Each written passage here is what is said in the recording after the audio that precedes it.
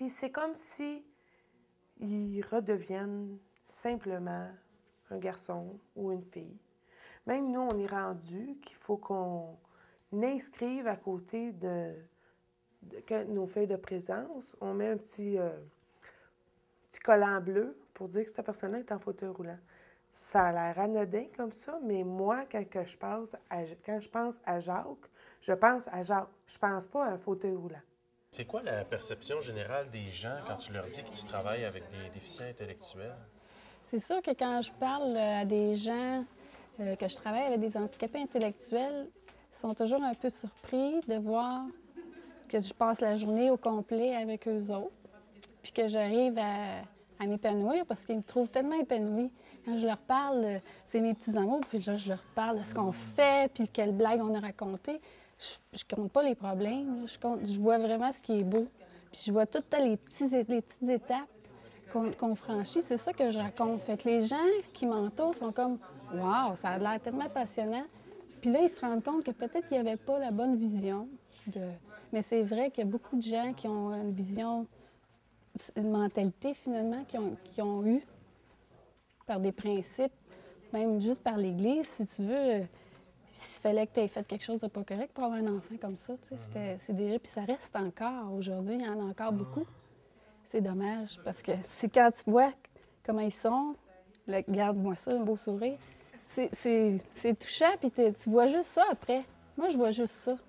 Il en arrive des choses, c'est ça que je parlais tantôt, il en arrive des choses dans la journée, c'est pas toujours drôle. Il y en a qui se tapent, il y en a qui se pincent, il y en a qui vont me tirer les cheveux. C'est normal, ces petites choses-là, mais c'est tellement rien à comparer à ce qu'ils arrivent à faire. Puis les petites épreuves qui peuvent...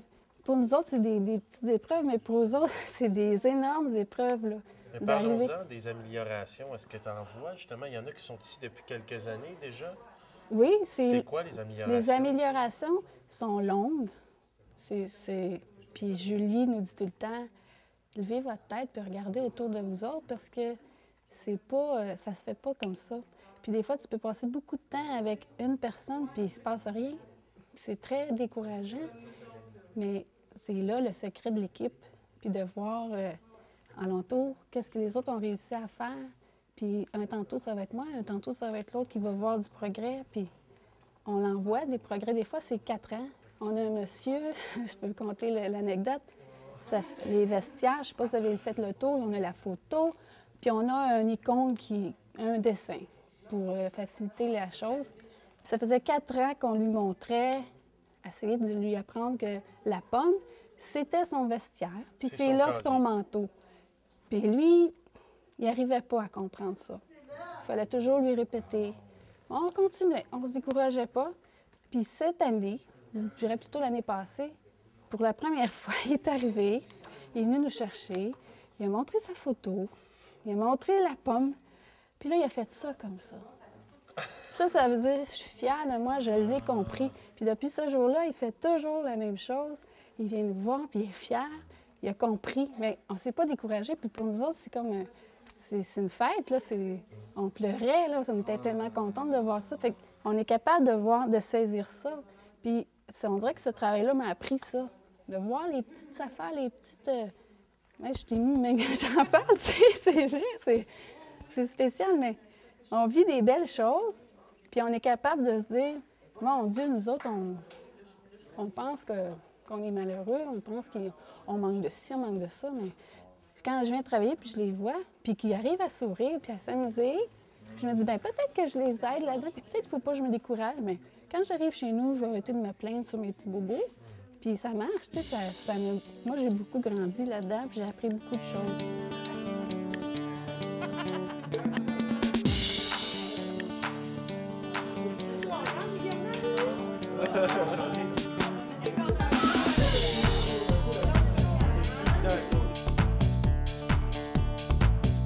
Partout aujourd'hui, c'est de la performance qu'on demande. Là, oups, tu arrives avec une personne qui a une déficience intellectuelle, tu n'auras jamais de performance. Hein? Oublie ça. Et tu n'arriveras jamais à travail de pression, puis vite de précision, ça n'arrivera pas. Il faut tout qu'on s'enlève ça, puis qu'on y aille vraiment cas par cas. Il ne rentrera pas, c'est ça son problème, il ne rentre pas dans le moule de la société. Bien, on va leur faire le moule. Si tu penses que la personne ne cadre pas aux ateliers adaptés stimulants, c'est parce qu'en tant qu'intervenant, tu n'as pas fait ta job. Moi, c'est ce que je dis à mon équipe. Parce que c'est arrivé souvent, hey, là, Julie, c'est long, hein? Ça peut prendre 1 an, 2 ans, 3 ans avant de voir une évolution de la personne. Julie, il cadre pas, lui, ici, là, regarde, on ne sait pas quoi faire avec, là, il est dans son coin puis il dort. Mais là, c'est peut-être parce que toi, en tant qu'intervenant, tu n'as pas fait ta job. Tu n'as pas trouvé c'est quoi qui allait le stimuler. Nous, ici, c'est de la stimulation par tous les moyens, du moment qu'il sort de l'autobus, du transport adapté, au moment où il repart chez eux, c'est de la stimulation constamment. On s'adapte, ça s'appelle les ateliers adaptés stimulants, puis on passe vraiment du temps pour essayer d'adapter toutes les choses qu'il y a ici. Puis, tu sais, des fois, tu penses adaptation, c'est sophistiqué, c'est la technologie, adapter des toilettes, par exemple, mais c'est pas juste ça, adapter, c'est adapter les lieux, adapter comment on leur parle. Il y en a qui ont une mauvaise audition. On s'approche, on leur parle. Il faut tout penser à ça. On étudie un peu leur corps, puis il y en a que c'est les mouvements des bras, mais on adapte. On va souvent les aider. Même des fois, j'ai déjà essayé de tenir son bras avec un tissu pour faciliter le mouvement, puis sentir que c'est elle-même qui le fait, parce que je l'aidais.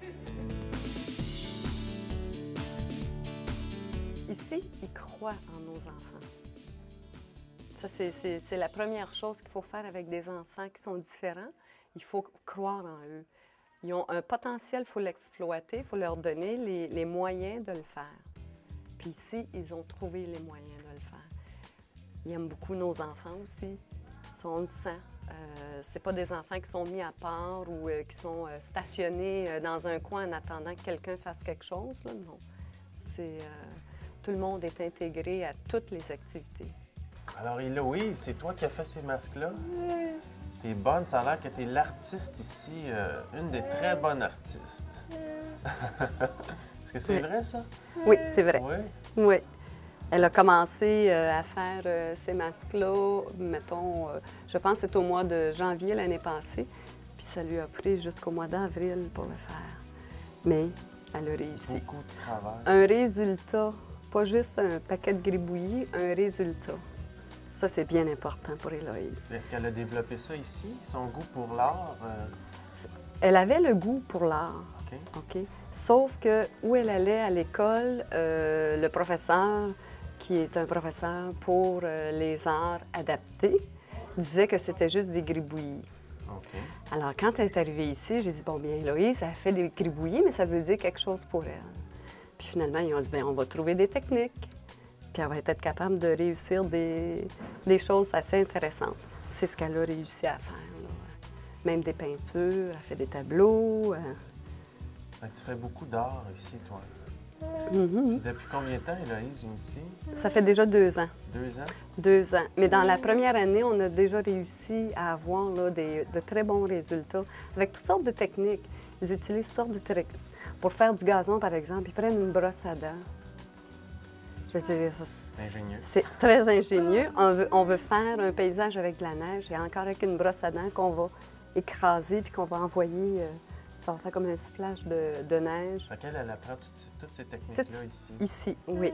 Puis quand vous parlez de résultats, est-ce que vous avez remarqué justement des changements depuis qu'Héloïse vient ici? Beaucoup plus épanouie.